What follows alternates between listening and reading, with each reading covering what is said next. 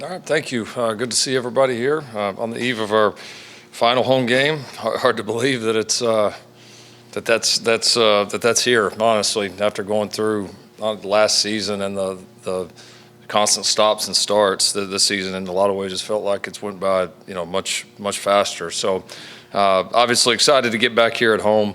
I always appreciate the chance to play here. It's been a great home run so far as our team and our performances here. So get a chance to close it out here with the outstanding Iowa State team come to town. Team obviously we've had a lot of great battles with over the years, several years back, and then obviously even here as of late. Certainly a team and a coaching staff, a group of players that we have the utmost respect for, and we know it'll be a heck of a battle here on Saturday.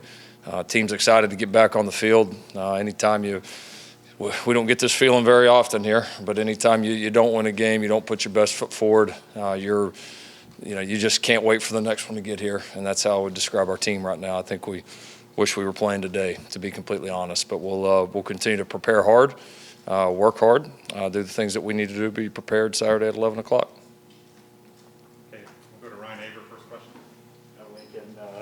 A lot of speculation in recent days connecting you with the LSU job or talk around that.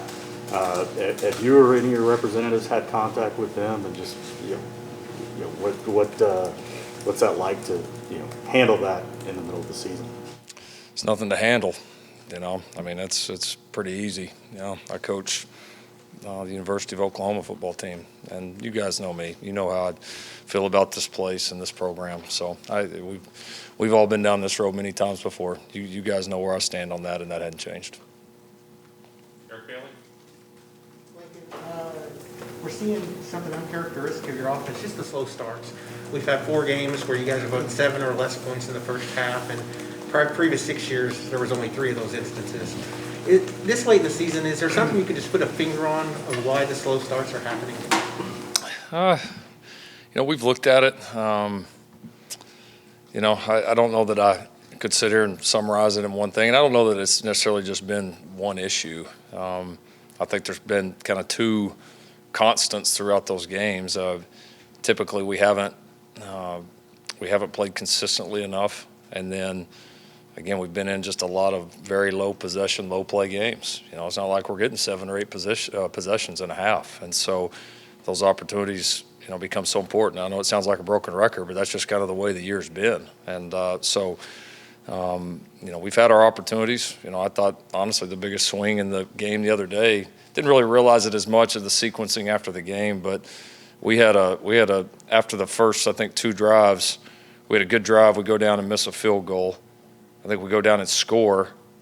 We go down and miss another field goal, and then the drive right after half, we clip off 2 or 3 plays just rolling, and then have just the needless interception. And so, I mean, we have 4 drives in a row where we're rolling pretty good, and we got 7 points out of it. And so, that was, I think, a big stretch. And when we haven't played well, typically it's been kind of like that we've shot ourselves in the foot or haven't played consistently enough. And then at times we've been, explosive, kind of like we're used to being. So now need to play more consistent. I think the plays are there. We got to make the plays. We got to continue to put the guys in the best position to succeed that we can. Lincoln, your thoughts on Caleb Kelly? What was it like in the locker room, and have you had any talk with him during the first part of this week? I have. Yeah, I talked to him that night and a couple other times. Yeah, it's horrible, man. But honestly, it's probably been made easier by his willingness to just accept it and just bounce right along. He's been out at practice with a smile on his face, been around the guys. I mean, same energy, hasn't really changed him. I think for him, it's just a recognition that it's kind of time for the next chapter in his life, and he's not sitting there and dwelling on it or poor me. So, great example to a lot of people, because a lot of people wouldn't handle it that well. He's been great, and that's why whatever he chooses to do next, he's going to be pretty darn good at it. Jesse Crittenden. Hey, Lincoln. I'm just going to ask, typically you guys have kind of been able to bounce back from an early loss and play really well to the end of the year. It's kind of a little bit different this year. Just how different is the mindset to kind of recover from a loss a little bit later in the regular season compared to earlier in the season? I think for the team and coaches, I mean, wins feel the same, losses feel the same. You know, wins feel great, and I can't even describe to you how bad losing feels when this is what you do. So it's, you know, and I think, though, the constant thing for us has always been coming out of it, again, not with that poor me attitude, with a hunger to get better. I think, you know, when you don't win a game, you can't ignore it. You can't just bypass it and go to the next one. You've got to own it, and we will. We'll own every part of the things that we didn't do well. You got to learn from it, but then you emotionally, mentally, you got to get past it. I mean, you got to get on. And again, our teams of the past have done a phenomenal job of that. And so we'll get our chance to do it here. And it'll say a lot about who we are as a football team, and it'll say a lot about our leadership and how close-knit this group is. John Hoover? Yeah, Lincoln, Sark did say something yesterday that he said something about losing reveals your flaws. They've lost quite a bit more than you guys have, and just have the one loss. But he said that sometimes playing poorly and winning can paper those over. Has that happened a little bit with you guys, that you've been winning and been 9-0 and been in the playoff rankings and so on and so forth? Everybody's feeling good about it, and yet you finally get your first loss and those flaws are kind of revealed. Maybe to the outside. I mean, I don't know. I've sat up here every week and answered questions about our flaws while we won all 9 of those. So I mean, you know, in our world, it's different. You know, behind those walls, we address every single flaw, whether we win 76-0 or we lose a close game like we did the other day. I mean, it's not. We don't base the mood or any of that on, you know, the win, the loss. Well, we won, so we're not going to correct the mistakes, or we lost, and now we're just going to really look at everything. I mean, we always look at everything. We always grade our guys hard, and a lot of times we grade our guys harder after a win than we do after a loss because of what the outside world's telling them. So, you know, it's just a constant for us. It's a constant kind of educating our guys, pushing our guys. You go experience things, you get in games, you get in practices, you learn, you see what you do well, you correct, and you just continue to build. It just never it never ends for us until the last game's over. You know, it's just constant, and you just kind of start over every single week. So I think how you play reveals that. I think it's our job to address it whether we win or lose, and that's what we try to do every single week. Surprised that the guys didn't maybe respond in that fourth quarter because they had previously? Yeah. Oh, heck yeah. I mean, like I told them in the huddle there between the quarters, man.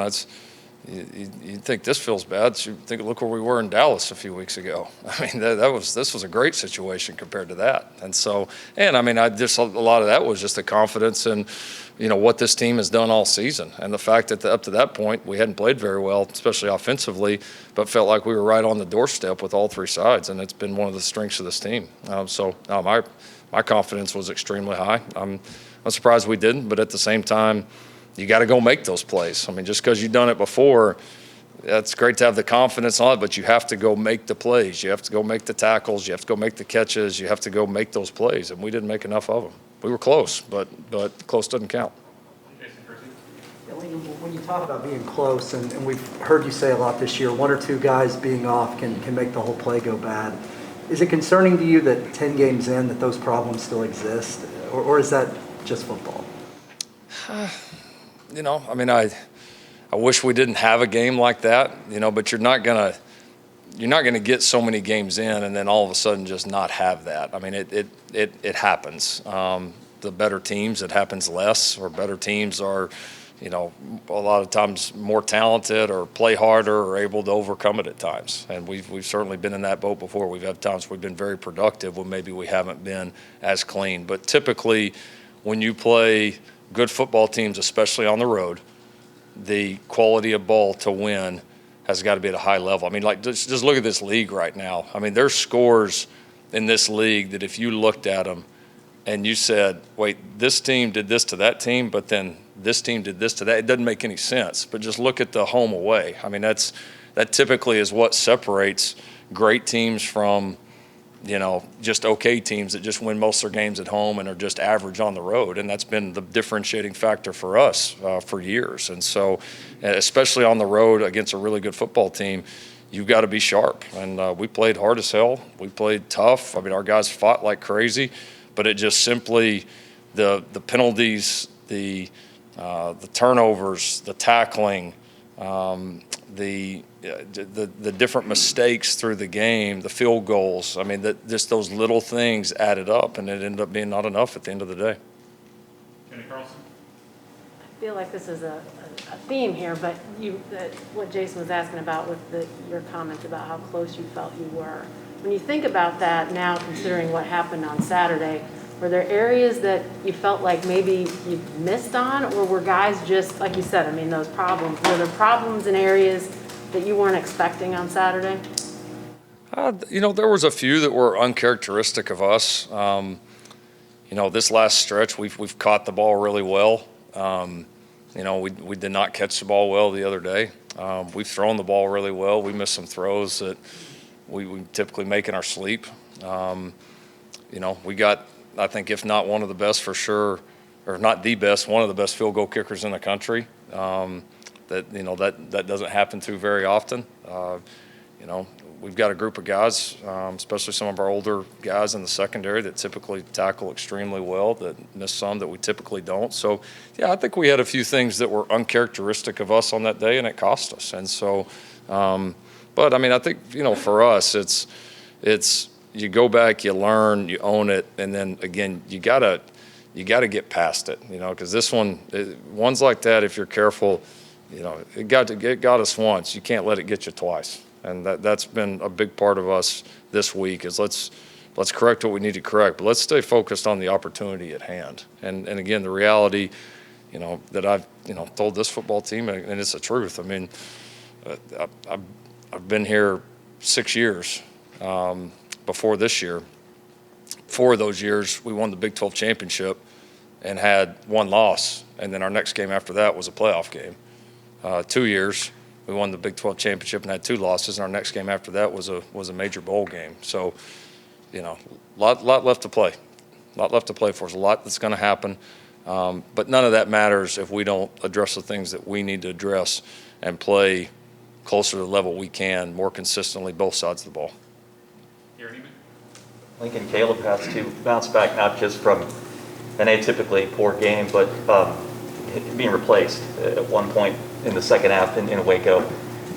I know you're going to say you have confidence and faith, of course, in him to bounce back, just as Spencer did a year ago when he had the break against Texas.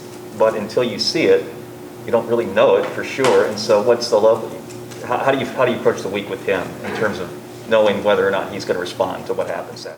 I mean, business as usual. He's going to coach him hard through the week. He's going to get challenged through the week. We're going to work together with all of them to prepare them as good as we possibly can, and then expect to go play well. I mean, I think, if you're confident in what you do, then just because you don't get the result that you want one time, that doesn't change that. If you're truly confident in who you are and you truly believe in what you do, the people around you, the way you work, confidence can't be circumstantial. You either believe or you don't. And I believe I've got a room of guys that believe in themselves and believe in what they're doing. And so I hear where you're coming from, but I don't see that as much of a factor for us.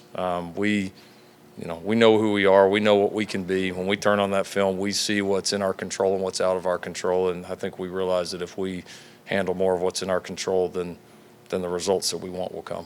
Quick follow-up, with the benefit of 3 days hindsight, what did you see from him that was off? Mm-hmm. Maybe it was what was being done against him. Maybe it was all a tip of the cap to what Dave was doing. Yeah, we got off to a tough start. We didn't play well the first 2 drives. We busted plays. We were probably the worst we were the whole day. The first 2 drives, which again on the road, it's not the end of it, but it's not how you draw up wanting to start. And then I thought, really for about 4 drives in a row there, we played pretty well. We didn't get paid off on all of it that we wanted to, but we did a lot of good things. And then I thought, if anything, I think for him at times a little bit of frustration sat in.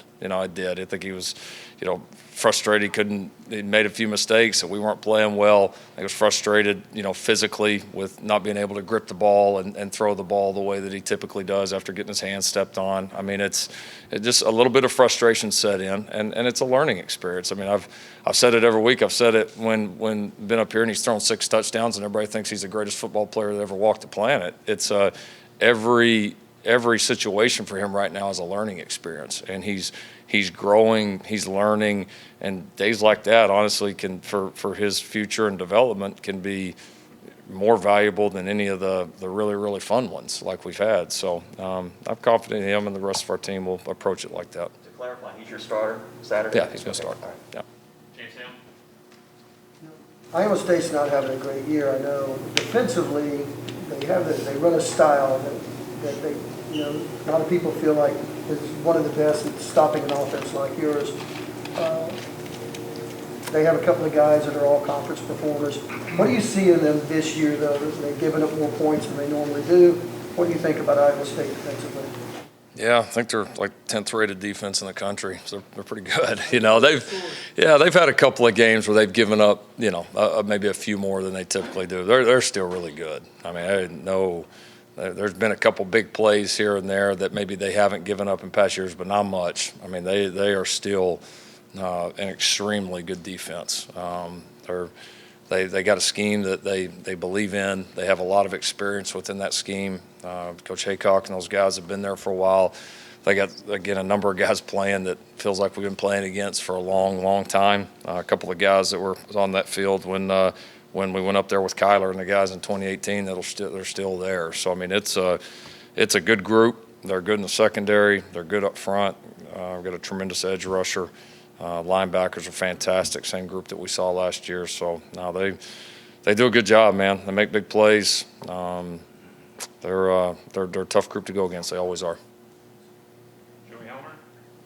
Yeah, how do you feel about your leadership so far this season, and how important is it right now that you can lead on some of those key guys? No, I think our guys have done in large part a good job. I mean, you win the close games we have. You win 9 in a row to open the season. Battle through, got all kinds of different adversities that have hit at random times this year. I think our leaders have done a good job.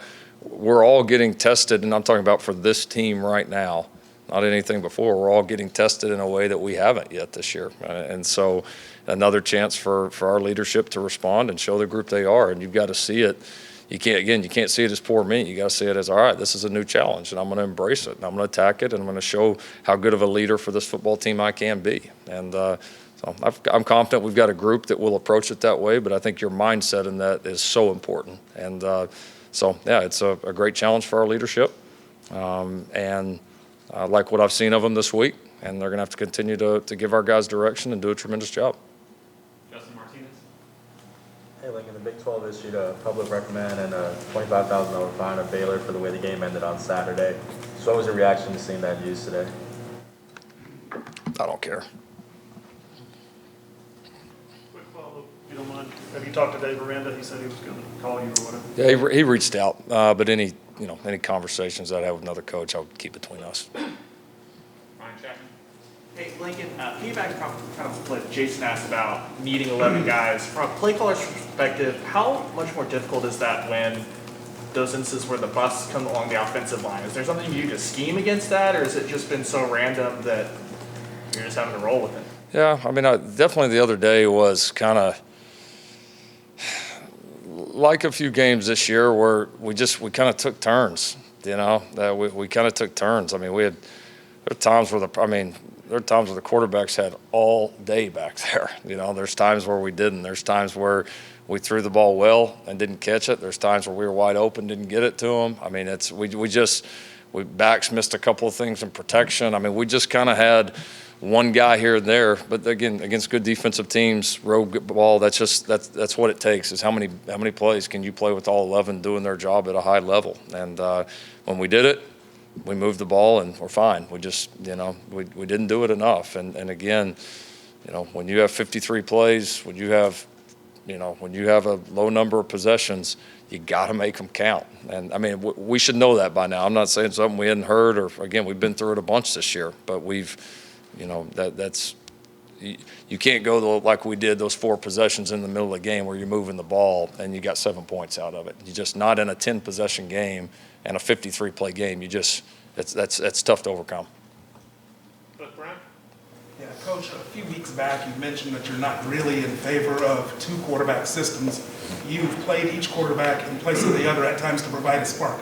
Do you feel any differently about that now than you did 3 weeks ago? No, I just think some of the situations that have come up throughout the year have obviously shaped those decisions.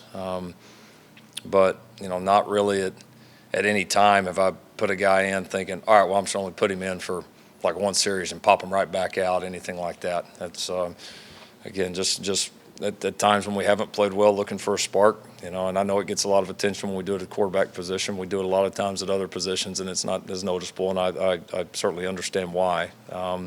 But no, I still a strong belief that would like to have a firm starter and backup.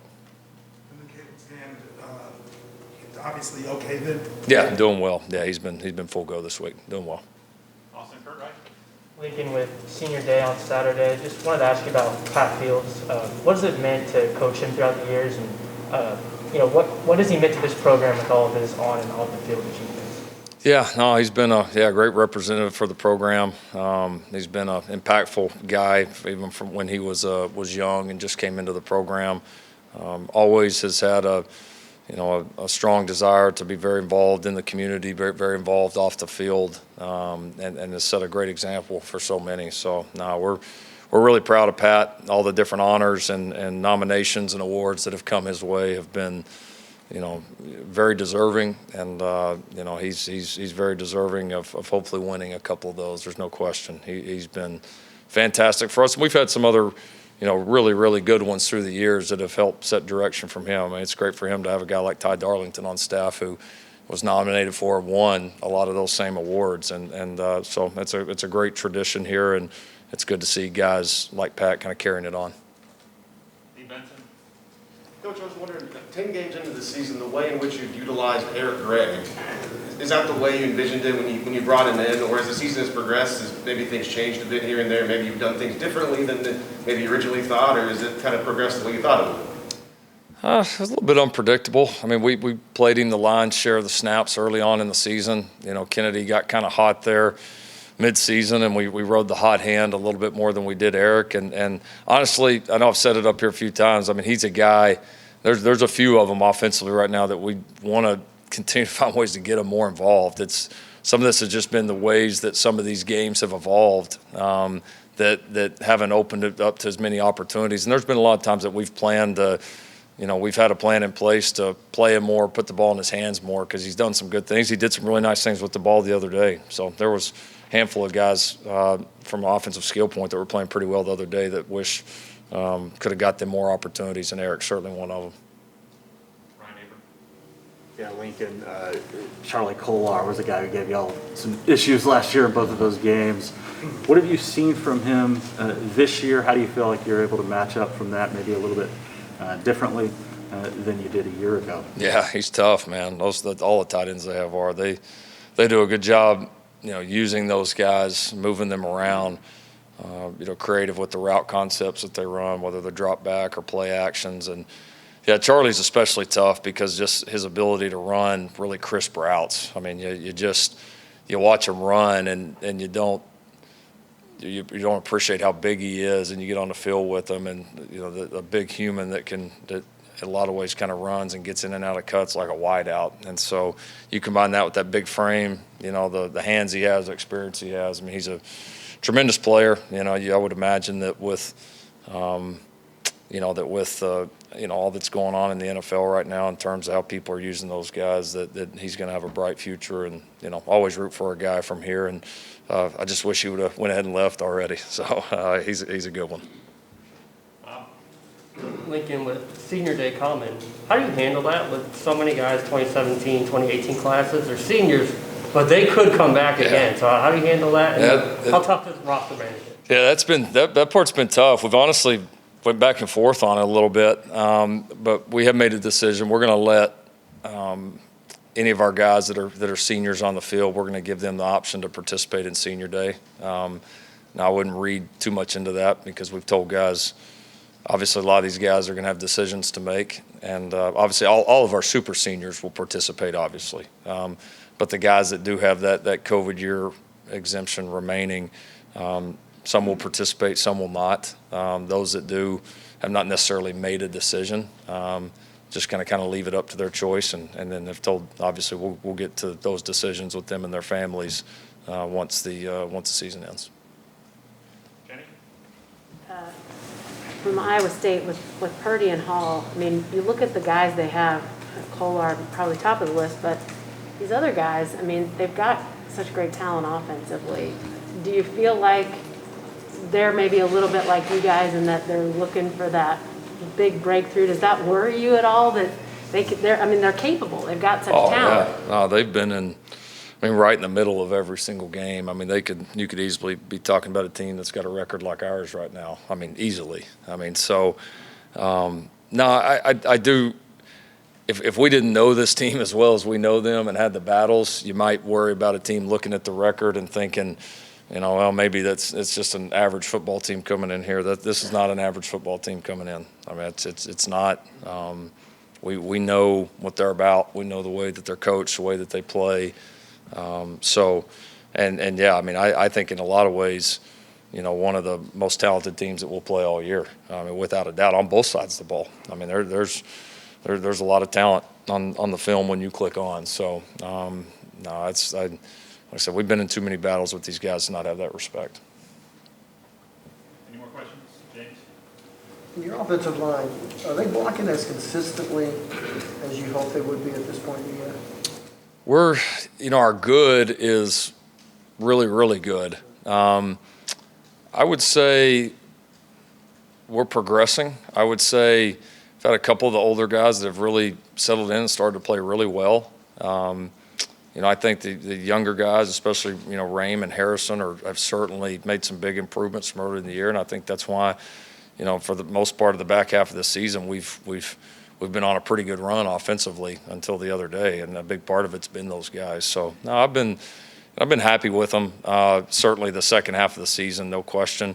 Did we do a lot of things good the other day? Yeah. Could we play better in a few areas? Of course we could have. But no, I think we're progressing, and I think our good is certainly good enough.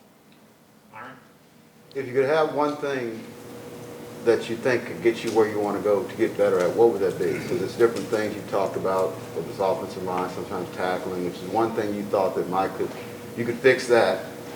Just our team to play more in sequence together. We've been maybe the best team I've ever been a part of at when one side of the ball is struggling, that the other side of the ball has typically been lights out. Even for three quarters the other day we did again. I mean, and that typically to me is the hardest thing to do in football, because it's like you're constantly trying to regain momentum, which is hard to do. This team has been phenomenal at it. I mean, that's the reason we won our first 9 games.